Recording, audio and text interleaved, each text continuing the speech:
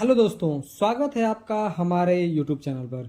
दोस्तों, आज के इस वीडियो में हम बात करेंगे कि जब भी हम फाउंडेशन वर्क कंप्लीट करते हैं तो फाउंडेशन के नीचे जो हमको एक लेयर बनानी होती है वो किस तरीके की लेयर बनानी होती है।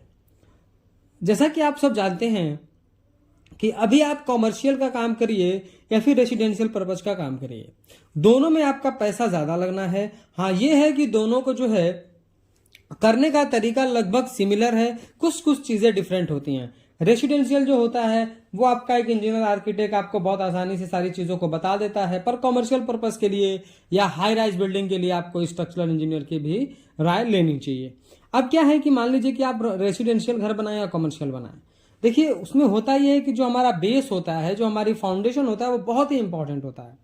और हमारे फाउंडेशन में जो है एक्सकावेशन प्रोसेस होने के बाद हम जो उसके नीचे एक लेयर बनाते हैं, वो लेयर क्यों बनाते हैं और क्या वो बनाना जरूरी है, और अगर बनाना जरूरी है तो उसमें का जो है सही तरीका क्या है, आज के इस वीडियो में हम यही देखेंगे।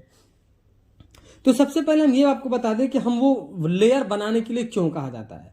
देखिए, फाउंडेशन में हम यूज करते हैं अपना स्टील, और हमारा स्टील की प्रॉपर्टीज ये है कि अगर हमारा स्टील मिट्टी के संपर्क में या फिर पानी के संपर्क में आएगा तो ज्यादा चांसेस है कि वो जल्दी जंग लग जाएगा। तो हमारा सरिया जो है मिट्टी के संपर्क में न आए, इसलिए कहा जाता है कि नीचे जो है आप बेस बनाइए। अब कुछ लोग कहेंगे कि भाई बेस बनाने की क्या जरूरत है, हम सीधा सीधा गड्ढे गड्ढे की खुदाई करेंगे, कवर ब्लॉक लगाकर या ईंट रख करके ढलाई कर देंगे। हमारा जो मेन कंक्रीट है उसको भी आपको मिट्टी से बचाना है। तो बेस्ट तरीका और बेस्ट सोल्यूशन यही है कि आप नीचे एक मोटी लेयर बनाइए और उसके बाद आप अपने जाल को रखिए। जाल को रखने के बाद कवर ब्लॉक लगाइए और उसके बाद अपने कॉलम का पोजीशन रखिए और फिर कॉलम की कास्टिंग करिए। ये हमारा तरीका है।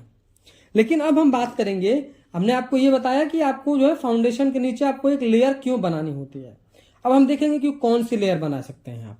देखिए, अभी दो तरीके के लेयर बना जाते हैं। एक होते हैं हमारा ब्रिक वर्क, जो हमारा ईंट होता है, ईंट का ही एक नीचे लेयर बना दिया जाता है, जैसा कि आपको वीडियो में दिख रहा है। और एक बनाया जाता है पीसीसी का लेयर, यानी प्लेन सीमेंट कंक्रीट यूज किया करा जाता है। तो दोनों में बेस्ट कौन सा है? देखिए, जब भी जो है हमारा कंस्ट्रक्शन स्टार्ट होता है तो फाउंडेशन के लिए सबसे पहली शर्त यही है कि जो हमारा नीचे का बेस है वो बिल्कुल लेवल में होना चाहिए और नीचे एक सॉलिड स्ट्रेंथ वाला सरफेस चाहिए। तो पहले जब आप गड्ढे की खुदाई कर रहे हैं तभी आप दो काम अच्छे से कर लें। पहला, एक्सकावेशन प्रोसेस प्रॉपर्ली तरीके से करें, जैसा कि आपको वीडियो में बिल्कुल क्लीन दिखाया जा रहा है कि दोनों तीनों तरफ से चारों तरफ से अच्छी तरीके से मिट्टी को एक बराबर लेवल में निकाला गया है, जिसकी वजह से आराम से आप सरिया उसमें बिछा सकते हैं। कभी भी आप जो है सरिया बिछाएं, गड्ढे की खुदाई करें, तो हमेशा गड्ढा अगर आपको 4 फीट बाय 4 फीट के लिए कहा जाता है तो आप चारों तरफ 6-6 इंच की मार्जिन लेकर के गड्ढा खुदाई करें। क्यों कहा जाता है ऐसा? पहला, तो आपको शटरिंग करने में आसानी होगी, आप प्रॉपर शटरिंग करके ढलाई करेंगे। दूसरा, आपको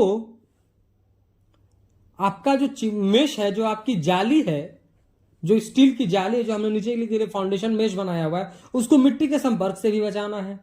अगर आप बिल्कुल सेफ, जितने बड़ा आपने गड्ढा खुदाई करा है उतने बड़ा ही अगर आप सरिया काट कर जाली बना देंगे तो हमारा जाली है वो मिट्टी में सटा रहेगा और उसमें धीरे धीरे मॉइस्चर लगता रहेगा और वो खराब हो जाएगा। तो इसीलिए आप चारों तरफ स्पेस ले लेंगे तो आपको अच्छी तरीके से जो है शटरिंग करने का भी स्पेस मिल जाएगा, आपको नीचे काम करने का भी स्पेस मिल जाएगा और आप अच्छी तरीके से, आपका सरिया भी मिट्टी के संपर्क से दूर हो जाएगा। अब हम बात करते हैं नीचे के बेस के बारे में। देखिए, ब्रिक की प्रॉपर्टीज ये है कि देखिए, अगर आप ब्रिक ईटा बिछाते हैं ना तो वो अच्छी तरीके से एक लेवल में नहीं आएगा, पर हमने मान लिया कि आप अच्छी तरीके से कुटाई करके उसको लेवल में ला दिए, पर अब दिक्कत ये है कि जो हमारा ब्रिक है वो हमारे कंक्रीट के मुकाबले कमजोर है, इसमें स्ट्रेंथ हमारे कंक्रीट के मुकाबले कम है। दूसरी प्रॉब्लम यह है कि हमारा जो ईंट है उसमें वाटर एब्जॉर्ब करने की प्रॉपर्टीज होती है, यानी वो पानी को सोखता है। अब मान लीजिए हमने अपनी ईंटा बिछाया और अपना सरिया उसके ऊपर रखा और ढलाई कर दिया। हमारे कंक्रीट का सारा पानी तो हमारा ईटा सोख लेगा, ईट सोख लेगा, तो हमारा कंक्रीट कमजोर हो जाता है। तो आप पूरी कोशिश करें और अवॉइड करें ब्रिक बालास्ट को यूज करने में, यानी ईंट के टुकड़े या फिर ईंट यूज करने से आप अवॉइड करें। सबसे बेहतरीन यह है कि आप पीसीसी कराएं, प्लेन सीमेंट कंक्रीट कराएं। प्लेन सीमेंट कंक्रीट की खासियत यह है कि वो ब्रिक के मुकाबले मजबूत है। 4 इंच का अगर आप पीसीसी ढाल देते हैं तो आपका वो अच्छी तरीके से आप ऊपर में लेवल भी कर सकते हैं और उसमें पानी सोखने वाला कोई भी ऐसा प्रॉब्लम्स नहीं है। तो आपको मैंने बताया कि आप पीसीसी यूज कर सकते हैं, लेकिन ये थोड़ा कॉस्टली होगा। क्यों कॉस्टली होगा? क्योंकि आपको 4 इंच का जो है मसाला कंक्रीट बना करके ढलाई करना होगा। तो अब इसका ऑल्टरनेटिव क्या है? जैसा कि मैं आपको वीडियो में दिखा रहा हूं, ऑल्टरनेटिव आप ये कर सकते हैं कि पहला तो आप ब्रिक बालास्ट यूज कर लीजिए। ब्रिक बालास्ट को आप अच्छी तरीके से नीचे बिठा लीजिए, दुरमुट की हेल्प से अच्छे से बिठा लीजिए। उसके बाद आपने जो ब्रिक बिछाया है उसके ऊपर आप अच्छी तरीके से पानी डाल दीजिए ताकि वो पानी अच्छी तरीके से सोख ले। उसके बाद आप 1:6 का मसाला बनाएं। 1 बोरा आप सीमेंट यूज करें, 6 बोरा आप जो है सैंड यूज करें। 1:6 का आप मसाला बनाएं और जिस तरह आपको वीडियो में दिखाया जा रहा है इस तरीके से वीडियो उसमें डाल दें। सूखा मसाला बना करके आप उसमें डाल दें और फिर उसके बाद जो है आप उसमें पानी डालें। इससे होगा ये कि पहला चीज तो आपका जो भी ईंट है उस ईंट के ऊपर एक सरफेस बन जाएगा। दूसरा, ईंट के बीच में जो गैप्स है उसमें ये अच्छी तरीके से चला जाएगा तो उसका बेस भी स्ट्रांग हो जाएगा।